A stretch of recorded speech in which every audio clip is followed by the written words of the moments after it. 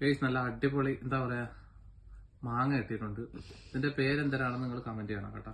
അടിപൊളി super set മാങ്ങ. കഴിച്ചു നോക്കാം എങ്ങനെ ഉണ്ടെന്ന്.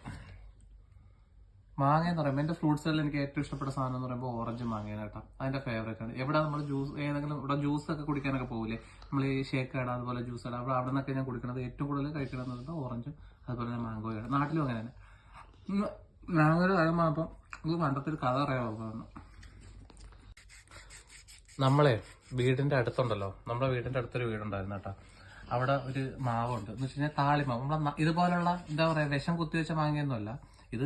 അങ്ങനെ മാമ്പഴത്തെ അപമാനിച്ചല്ല, വിഷം കുത്തിവെച്ച മാങ്ങയൊന്നുമല്ല. നല്ല അടിപൊളി മാങ്ങ കിട്ടും. അതായത് നമ്മളെ താളി മാങ്ങ എന്ന് പറയാം. നമ്മൾ രാവിലെ സത്യം പറഞ്ഞു കഴിഞ്ഞാൽ ഞാൻ അന്നൊക്കെയാണ് ഞാൻ രാവിലെ എത്ര എണീറ്റിട്ടുള്ളത്, ഒരു 5 മണി 5:30 ടൈമിലൊക്കെ ഞാൻ എണീക്കുമായിരുന്നു. പറയാൻ കാരണം ഞാൻ അതുപോലെ തന്നെ എൻ്റെ അനിയും നമ്മളടുത്ത ശരത്ത് ചിന്നു നമ്മൾ 4 പേരും കൂടെ പോയിരുന്നു മാങ്ങ പറക്കാനായിട്ട്. എന്ന് വെച്ച് കഴിഞ്ഞാൽ മാങ്ങ കഴിക്കുമ്പോൾ എനിക്ക് ആ ഒരു ഓർമ്മ വരാറുണ്ട്. വെളുപ്പിനാന്ന് പറയുമ്പോൾ നമ്മളെ ചെറിയ കാറ്റത്തൊക്കെ മാമ്പഴം പഴുത്ത് വീണ് കിടക്കുമായിരുന്നേ. ഭയങ്കര ടേസ്റ്റായിരുന്നു.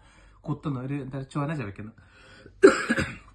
അങ്ങനെ ആ ഒരു സാധനമാണ് എനിക്ക് ഓർമ്മ വന്നത് ഗൈസ്.